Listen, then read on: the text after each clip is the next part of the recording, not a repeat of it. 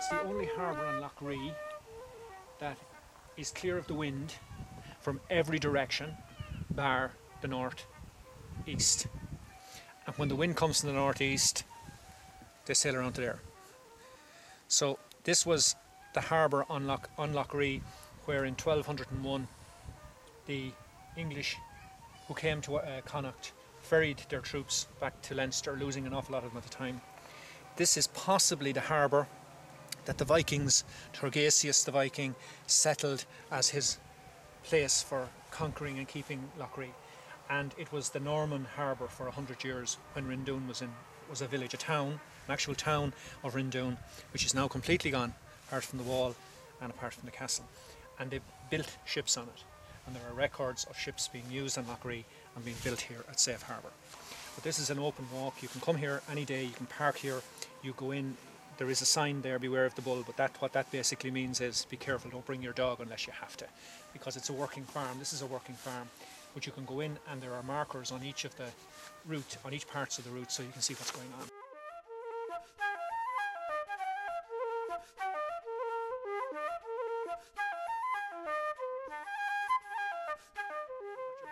But just that when we come around here, you'll see the wall of the town, and in the centre of the wall was the gate. And Kieran O'Connor, Dr. Kieran O'Connor from NUI Galway, he'd be the expert. Well, his family were the people who burnt it down. When Rindoon was finally destroyed in the 1340s, it was the O'Connors who were the landlords, the local. Well, they were the Irish landowners.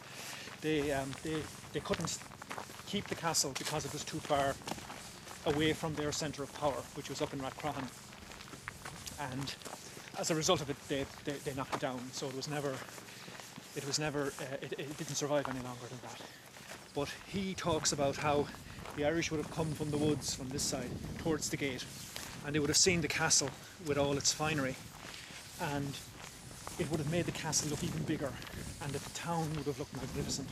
Well, when the O'Connors recaptured it at the beginning of the 14th century, this was too far away from their centre of power in mid-Roscommon for it to be of any use to them. It was too close to the English in Athlone, and the O'Kellys would have been the other family here, but they were gone pretty quiet at that stage. So instead of keeping it as a castle, they put dynamite under it, and inside at the back you can see where it's all fallen over from the dynamite.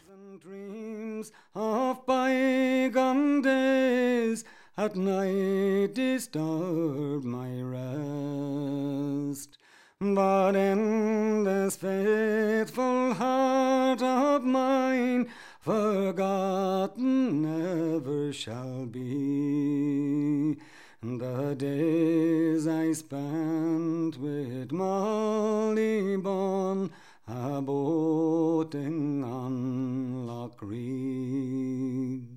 For she was young and slender, as gentle as a fawn.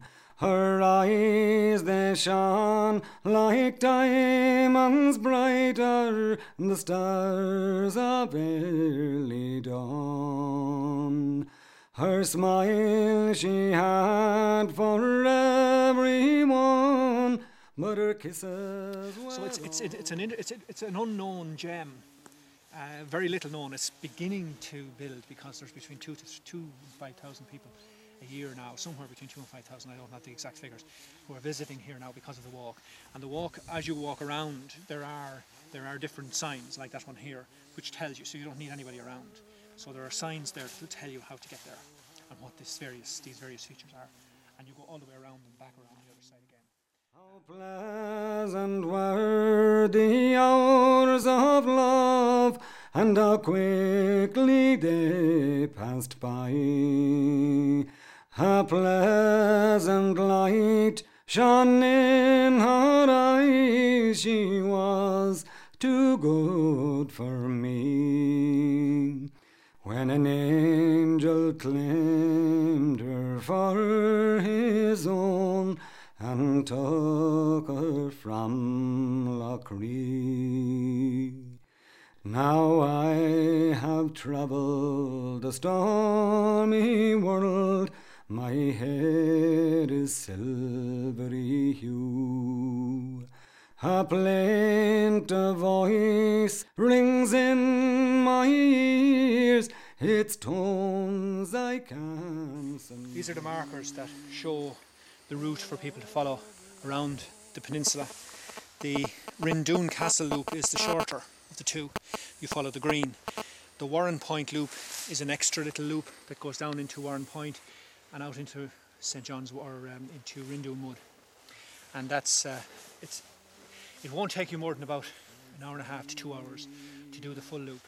It is the face of Molly Byrne, a boating on Loch Ree. For she was young and slender, as gentle as a fawn. The gatehouse, we hope to do some work with NUI Galway next year. Dr. Kieran O'Connor and his students in NUI Galway. And if the government gives us any more money, we'll be quite happy to keep doing it. Yeah. Her smile she had for everyone, but her kisses were all for me.